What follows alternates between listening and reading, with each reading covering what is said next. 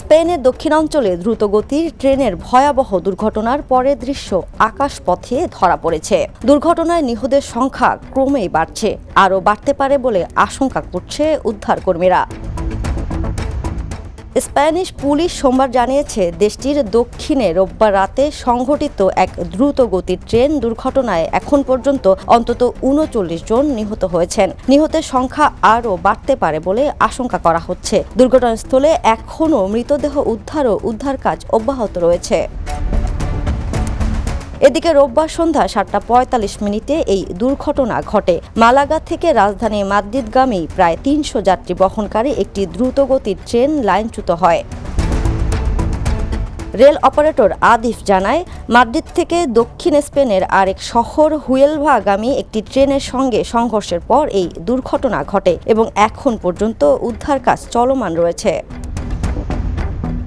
আন্তর্জাতিক desk, the news.